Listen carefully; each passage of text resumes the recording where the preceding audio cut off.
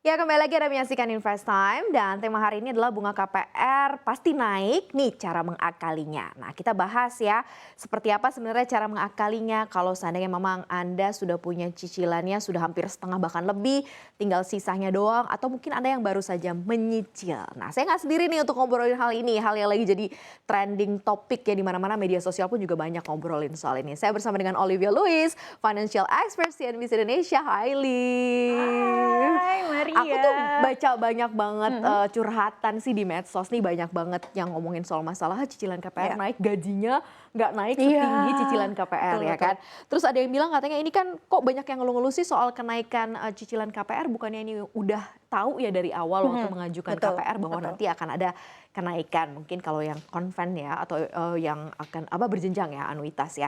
Kalau konvensional kan pasti naik, kalau syariah mungkin udah flat dari awal ya. Jadi banyak yang bilang kayak gitu. Terus ada juga nih pro kontra yang muncul yang lebih lucu gini. Saya udah lama banget di Jakarta kebanyakan ngekos sama Iya, ngontrak. Tapi kayaknya emang paling better ya ambil cicilan KPR deh. iya. Karena bayangin 10 tahun nih di Jakarta ngekos kontrak mungkin kalau duitnya dialihkan untuk cicilan KPR mungkin sekarang rumahnya udah bentar lagi jadi hak milik gitu. Jadi banyak yang Betul. berkembang gitu ya curhatan-curhatan teman-teman di media sosial.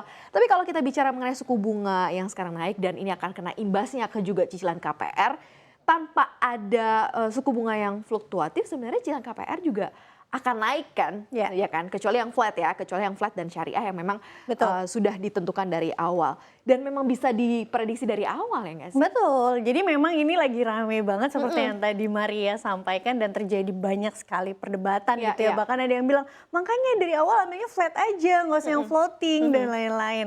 Jadi sebenarnya apapun itu jenis KPR-nya harusnya kita sudah tahu dari awal. Kalau Iya. misalnya di awal ambilnya itu fix, maka kita harus lihat bank bilang fixnya berapa tahun. Oke, 3 sampai 5 tahun after itu berarti floating. Jadi harusnya ketika masuk masa floating sudah tidak mengagetkan lagi karena sudah tahu nih ketika akad itu kenapa kontraknya harusnya dibaca dengan seksama. Berarti fix tuh nggak sampai 15 tahun fix gitu ya. Iya. Ternyata ada fix di 3 tahun, 5 Iya. tahun baru habis itu floating.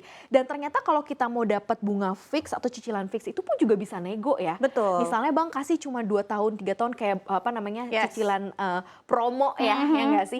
Ternyata itu bisa di request ya Iya. sesuai dengan kesanggupan kita. Tapi Betul. kita nggak pernah tanyain ke sana ya, Betul. Liv? Jadi ada memang case, memang tidak semua bank, tapi ada bank-bank yang misalnya ketika kita ngambilnya fix 5 tahun, tapi after itu floating, terus memasuki masa floating nih deket-deket, bank itu suka nawarin, boleh ngajuin yang namanya banding atau appeal. Kalau misalnya kira-kira kita keberatan.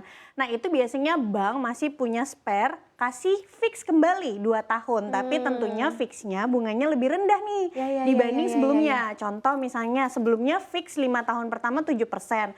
Ketika masuk floating mungkin bisa lompat ke 13%. Iya, benar, Tapi dengan benar. tambahin fix 2 tahun lagi itu mungkin naiknya jadi ke 10%. Tapi paling tidak masih lebih rendah dibanding langsung lompat ke 13%. Dan perhitungan itu bisa diprediksi dari awal ya, Betul. sudah bisa dihitung. Ada Kadang-kadang estimasinya. ada di estimasinya. dalam Kadang-kadang kontrak. kita suka kayak males gitu nanyain detail kan. Oh, Yang penting kayak I get it gitu iya. dapat rumah ya kan, karena memang selama ini kan kalau untuk ngajuin kredit rumah kan termasuk yang paling detail gitu Betul. ya. Makanya begitu tergiur Antara- dapat kan langsung kayak gimana gitu ya. Antara males baca kontraknya atau ngegampangin pas di awalnya. Oh, I Nggak see, I apa-apa see. lah nanti 5 tahun lagi keadaan pasti berubah gitu ya. Saya pasti bisa lah bayar ketika masuk floating rate.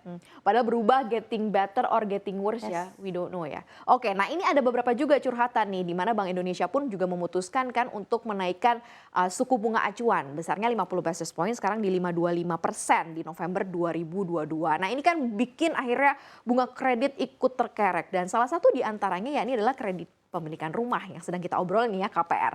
Gimana sih teman-teman Sobat Cuan menyikapinya? Kita simak liputannya, laporannya untuk Anda.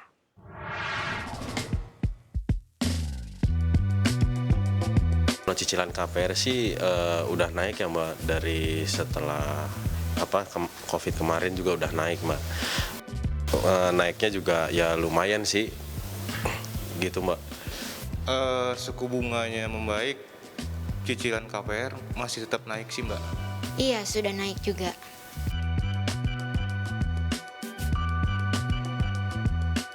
Wah itu dia Mbak, ini cicilan kita naik, semua mau naik ya Mbak, tapi untuk pendapatan sih ya masih segitu-segitu aja ya, apalagi Menaker juga baru memutuskan bahwa kenaikan gaji itu 10% ya kan, atau kenaikan UMP itu naik 10% sih gitu, tapi nggak tahu nih kira-kira naik apa nggak gaji kita gitu ya. Kalau untuk kenaikan saya rasa nggak seimbang ya, karena pendapatan saya juga ya masih segini-gini aja gitu kan. Sedangkan suku bunga naik, cicilan rumah naik, ya itu sih nggak setara sih sama penghasilan saya. Kalau menurut saya sih belum seimbang ya Mbak, karena pendapatan kita juga belum naik sesuai kayak naiknya si KPR dan suku bunga itu gitu. Jadi kalau menurut saya belum seimbang dengan gaji yang diterima. Ya paling kalau misalkan nggak ada kenaikan gitu ya, atau pendapatan saya masih segitu-segitu aja, paling solusinya ya over kredit aja kali Mbak ya, rumahnya ya di over kredit gitu kan, untuk yang menstabilkan keuangan saya gitu loh. Ya kalau misalkan emang tahun depan cicilannya juga masih tetap akan naik, ya paling sih saya akan coba buat ngejual rumah itu gitu kan ke orang lain, ya daripada nanti saya penghasilan masih segitu-gini aja tapi cicilan tetap naik, itu rugi di saya. Makanya saya paling inisiatifnya rumah paling saya jual sih, paling itu aja. Mungkin bisa jadi jual rumahnya kalau mungkin belum sesuai, karena kan untuk bayar cicilan ya gitu, paling itu. Macam-macam ternyata exit strategi yang dilakukan ya oleh teman-teman Sobat Cuan yang mungkin lagi kepusingan gitu ya, karena cicilan rumahnya naiknya bisa hampir 2 kali lipat. Ya. Karena ada beberapa juga teman-teman yang awalnya mungkin cicilannya cuma 5 juta, ternyata pas masa floating plus suku bunga ini naik gitu ya, bisa sampai double digit gitu. Akhirnya pusing, sementara kan gaji ya memang nggak naik sampai setinggi itu ya. Exit strategi yang dibicara hampir sama-sama, rata-rata sama ya, ternyata dijual. Padahal kan dijual juga sekarang juga agak repot dan agak sulit ya. Belum tentu gampang mencari pembelinya. Benar. Padahal ada komunikasi yang bisa kita Betul. lakukan dari pihak perbankan ya. Apa sih yang mungkin bisa mulai ditempuh nih Liv? Artinya adalah jangan langsung kepikiran mau ngejual ya, karena mungkin prosesnya juga akan panjang kan, selama masa menunggu pembelinya juga kan tetap harus dibayar cicilannya, benar nggak sih? Apa yang harus dilakukan mungkin? Komunikasi yang bisa dilakukan oleh perbankan. Ini ada real case ya, kebetulan temanku yang dia sudah masuk ke floating rate. Tadinya cicilannya 3,3 juta, ketika masuk floating rate jadi 4,7 juta. Dari sini ada peningkatan angsuran kan setiap bulannya sekitar 40%. Jadi bayangin kalau misalnya gaji temen aku itu 10 juta, yang tadinya rasio angsuran atau hutangnya itu hanya 33%, Jadi melonjak 40%. jadi 40%. Oke, jadi 47%. Dan tentunya kalau ini terjadi, akhirnya kita harus mengurangi pos-pos lainnya. Jangan-jangan nanti yang dikurangin itu pos investasi sama pos savingnya. Kan sayang ya, harusnya kalau kita melakukan cicilan gitu, tentu kita tetap perlu melakukan investing dan juga saving gitu kan. Nah sebenarnya ada cara-cara untuk kita menanggulangi nih apabila Sobat Cuan itu ternyata tipe KPR-nya adalah fixed to floating gitu ya. Fix tadi ya 3 atau 5 tahun Betul. gitu ya, terus kenaikan di bulan-bulan tertentu ya, di bulan setelah fix ya. Jadi yang pertama, kalau misalnya sudah tahu nih dari awal bakalan masuk floating, ya kejar dong kenaikan income. Misalnya bangun side hustle. Memang terlihat sulit, tapi apapun bisa dilakukan. Apalagi di era gig ekonomi seperti saat ini. Yang kedua, kalau misalnya dikira, aduh masuk floatingnya beberapa bulan lagi, nggak ada nih peningkatan income, bisa pertimbangin yang namanya tadi nih, banding ke banknya untuk perpanjang fix. Kalau banknya tidak punya banding, oke, bisa pikirin take over.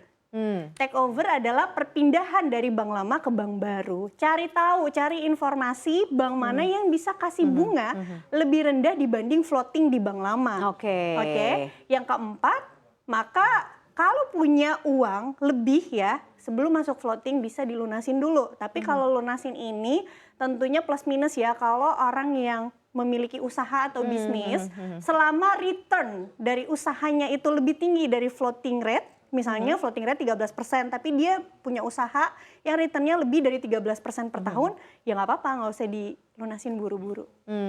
Ini sih tergantung dari juga sisa hutang ya. Betul. Jadi pilihannya mungkin tergantung juga dari sisa hutangnya Sobat Cuan berapa sih kira-kira kira-kira bisa ditempuh seperti apa.